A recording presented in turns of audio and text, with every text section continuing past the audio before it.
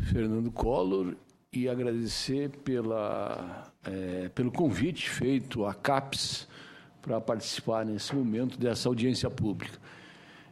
Assim como o doutor Paulo, eu gostaria de me apresentar e coincidentemente eu compartilho com ele alguns vícios de origem, de trajetória. Eu também sou formado em física, professor de física, e que até hoje atuo nessa área, então temos um pecado original comum, mas, diferentemente dele, eu sempre atuei na academia e, portanto, eu só apanho um terço do que ele apanha, porque eu só tenho esse lado. Bom, a coordenação de aperfeiçoamento de pessoal do ensino superior, a CAPES é um órgão do Ministério da Educação que, como sabemos, desde 4 décadas atrás, acompanha, avalia, induz a pós-graduação no Brasil. E alguns dos pontos em que a gente poderia comentar nesse momento já foram trazidos pelo Dr. Paulo, então eu vou, e foram muito bem trazidos, então isso me facilita bastante.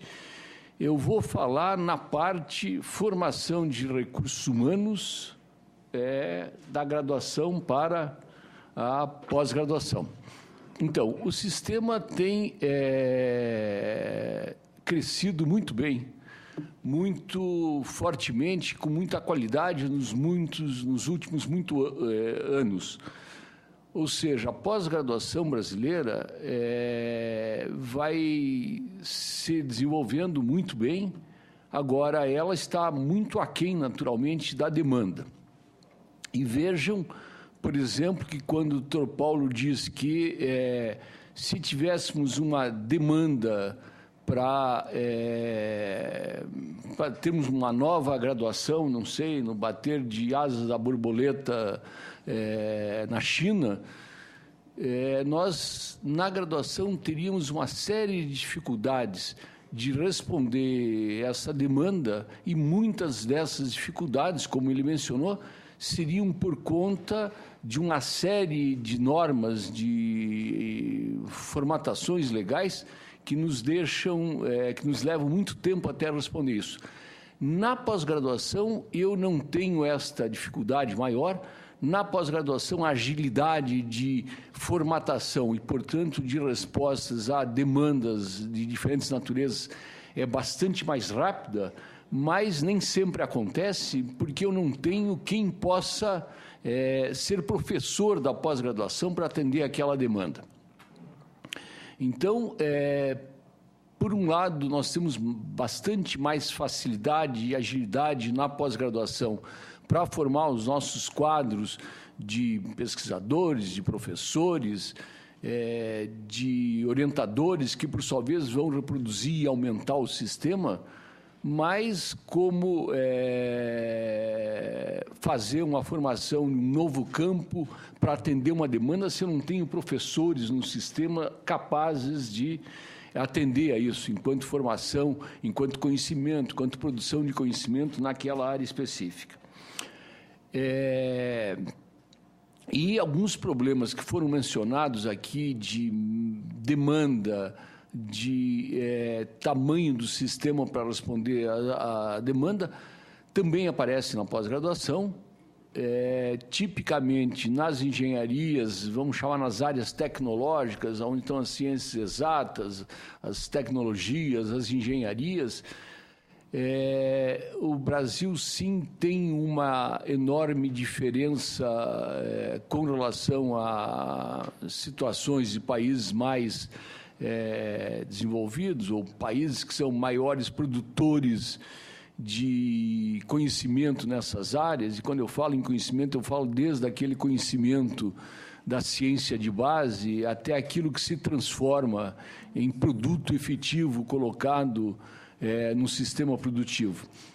Então, enquanto o Brasil forma um certo número de engenheiros por ano, e engenheiros, eu vou falar agora em engenheiros pós-graduados, pós-graduação em engenharia, para formar os nossos mestres e doutores, esse número comparado, por exemplo, com a Coreia, que é uma comparação recorrentemente feita, é 5, 8 vezes menores.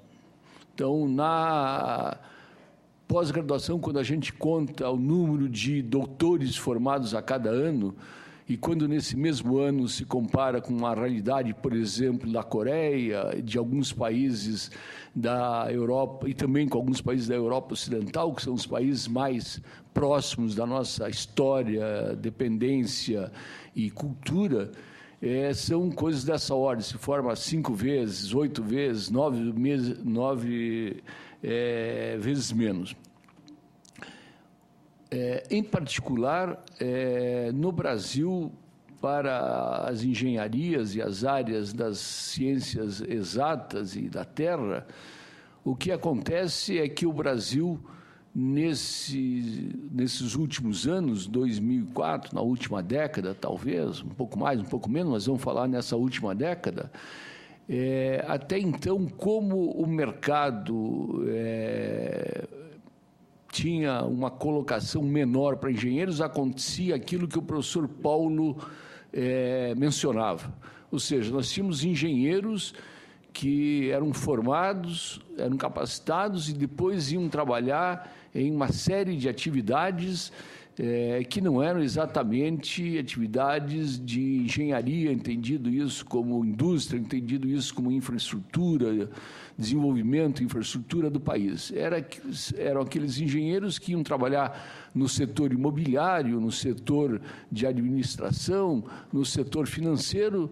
Não que isso seja alguma coisa necessariamente ruim, mas para os indivíduos, e é bom porque uma formação em engenharia, que é uma formação difícil, com muita exigência de matemática, isso produziam profissionais que tinham, sim, muita capacitação para trabalhar nessas outras áreas. Então, isso foi muito bom, muito positivo, só que para o país, os quadros que nós precisávamos e aquilo que podia dotar o país de uma infraestrutura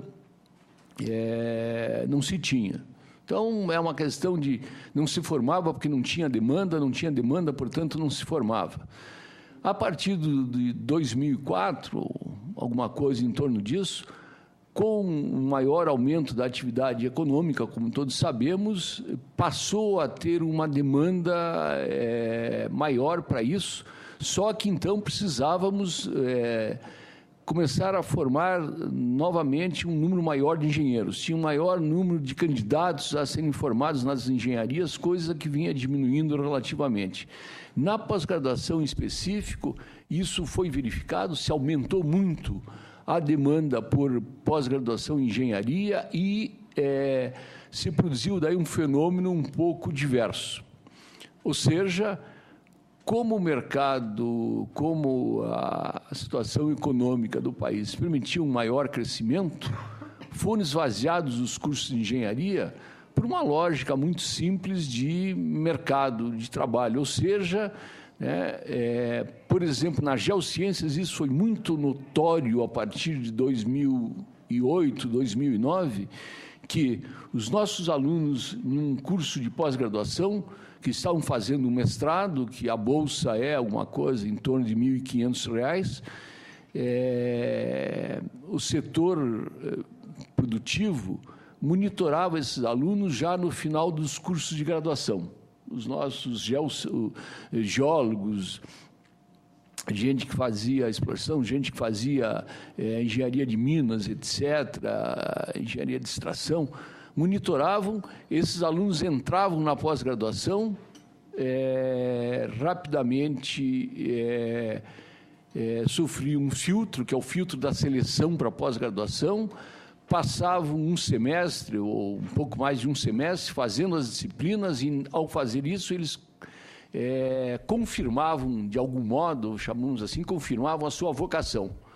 Aí vinha o mercado não só a parte não pública, também a parte pública, as empresas, né, do setor público, e diziam para esse nosso aluno: quanto é a tua bolsa? R$ 1.500. Agora, um contrato para trabalhar por R$ 6.000. É evidente que nenhum de nós, né, muito menos um jovem, por mais vocação e vontade que tivesse, ele acabava saindo da pós-graduação e indo trabalhar sem continuar a sua formação. Então, isso foi bem característico.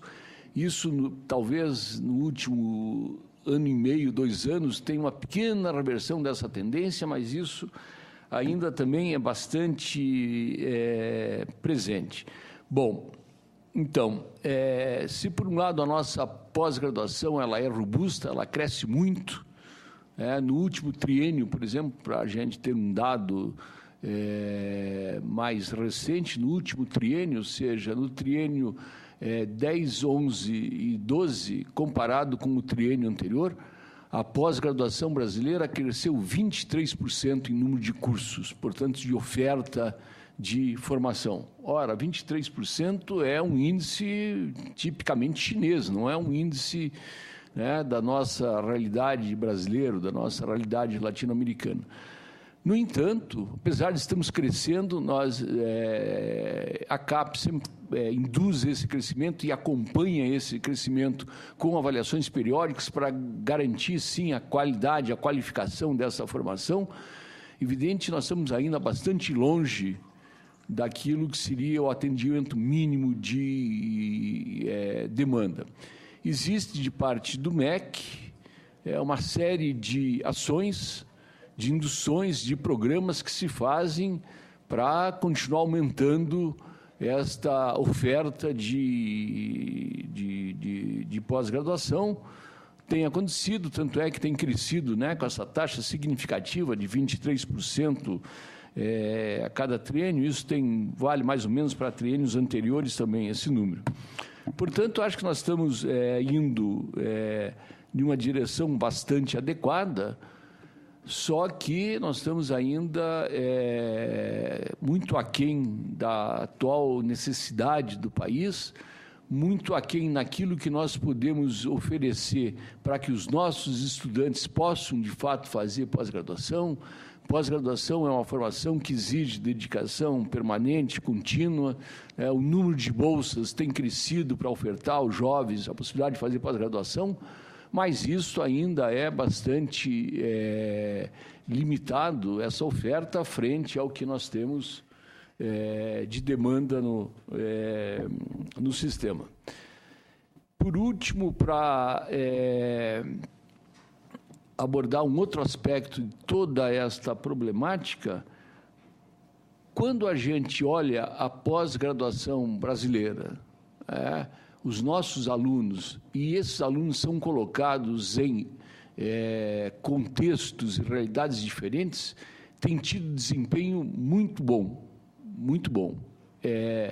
Isto é muito evidente agora, já era evidente, mas agora pela quantidade é mais evidente ainda, com aquilo que está acontecendo dentro do chamado Programa de Ciências Sem Fronteiras, aonde vão alunos de pós-graduação, assim como vão alunos de graduação, naquilo que se chama graduação sanduíche, naquilo que se chama doutorado sanduíche.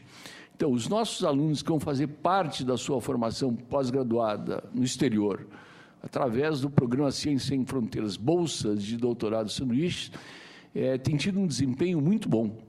Isso dito não por nós, dito pelas universidades, pelos grupos, pelos centros que eles estão trabalhando.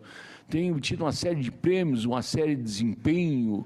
Isso tem sido reconhecido mundialmente, que a qualidade do nosso aluno que vai fazer uma parte da sua pós-graduação no exterior é muito boa, é uma formação que ele tem muito satisfatória. Tanto é que desempenha, que acompanha, que tem bom rendimento fora do país. Agora, como é que a gente entende isso? Então, a gente entende isso porque, evidentemente, nós estamos falando de uma parcela absolutamente pequena da pós-graduação, na idade de 18 anos, 19 anos, há 25, 26, 27 anos, quando termina todo o ciclo de entrar na universidade, fazer a graduação e depois fazer a pós-graduação. Esse é o tempo de vida em que cada um de nós, em geral, está fazendo uma formação de graduação, pós-graduação. Então, quando chega na pós-graduação, tem um bom desempenho, mas é claro, né? Por que se entende isso? Por causa de um enorme filtro, né? De cada 100 que entram, quantos são os de fato que chegam à pós-graduação e que podem? Então, vai filtrando, né? Quer dizer, o ensino médio, depois o vestibular, depois a graduação, depois a inscrição na pós-graduação, depois a exigência muito forte que tem na pós-graduação. Bom, quando chega nesse estágio, é evidente que nós filtramos, né, nesse processo todo, aqueles que são necessariamente os melhores alunos, os mais capacitados, os que têm maior vocação e, portanto, têm um bom desempenho. O problema é quanto por cento da população brasileira é isso. E aí, quando a gente entra nesses números, a nossa realidade é muito difícil.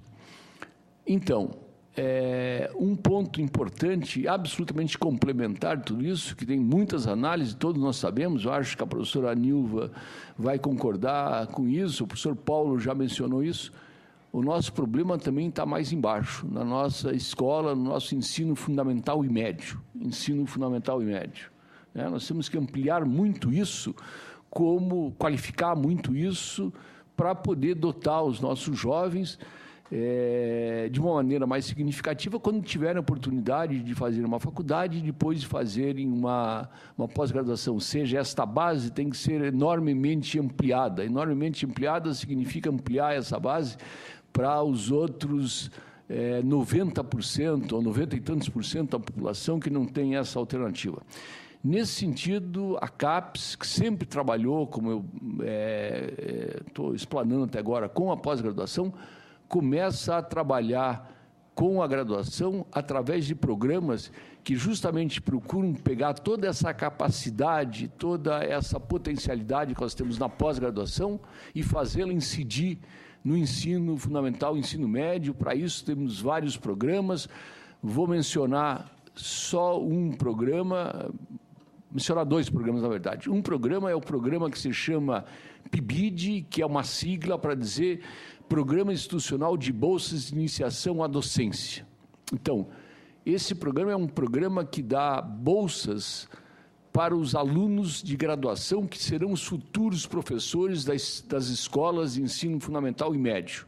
Ou seja, é aquele nosso jovem que está fazendo uma licenciatura, uma pedagogia, uma formação, uma graduação em educação, e que durante a sua formação tem essa bolsa, tem a oportunidade de uma bolsa para fazer iniciação à docência. Então, com isto, nós vamos qualificar mais os nossos jovens que saem das universidades, licenciados, pedagogos, etc., para, quando passarem a trabalhar no ensino fundamental e médio, estarem melhores preparados, tiveram, ao longo de 4 anos, a oportunidade de essa iniciação à docência. Os números hoje são 100 mil bolsas, se trabalha com a expectativa de que até o final desse ano, meio do ano que vem, sejam 150 mil bolsas.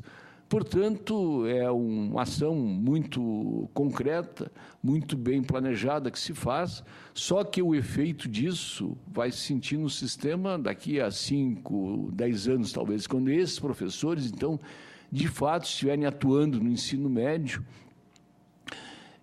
e formando os nossos jovens no ensino fundamental e no ensino médio. O outro programa dos dois que eu disse que eu ia citar é um programa que se chama Programa de Formação de Professores.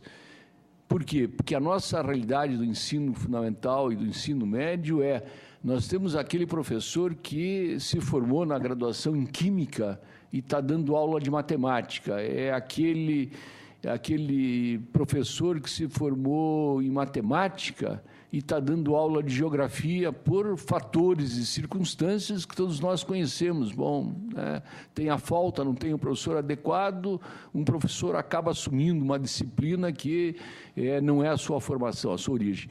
E isso é muito forte, é muito intenso no sistema. Então, o que se faz nesse momento é uma espécie de, para usar um termo mais simples, de reciclagem. Esses professores voltam à universidade para fazer uma segunda licenciatura, na qual eles passam a estudar os conteúdos específicos daquela matéria que estão lecionando e que não foram formados. Então, é aquele professor de Química que está dando aula de Matemática, que volta por mais um ano e meio à universidade para ser formado, para ter aqueles conteúdos de Matemática, do qual ele é professor. Bom, então, eu acho que são essas as considerações que eu queria trazer, dizendo que nós temos um sistema de pós-graduação que é de qualidade, sim, que é reconhecido no mundo, que tem um padrão bastante alto, só que quem chega nele é uma minoria, certamente. E até agora a incidência disso naquilo que é ensino fundamental e médio era muito pouco, quer dizer, o que nós fazemos na pós-graduação estava muito desconectado, não tinha nenhuma incidência sobre o ensino fundamental e médio, mas agora, com esses novos programas, se anda nessa direção, se começa a ter, então, essa incidência da pós-graduação no ensino fundamental e médio, que é o diagnóstico que todos nós temos. Enquanto não houver um enorme avanço, nós não vamos ter, mesmo que tivesse muitas condições na pós-graduação, nós vamos ter um descompasso aí, porque não teremos pessoas formadas no nível necessário para ir, em algum momento mais adiante, trabalhar na pós-graduação ou ser aluno na pós-graduação. Obrigado.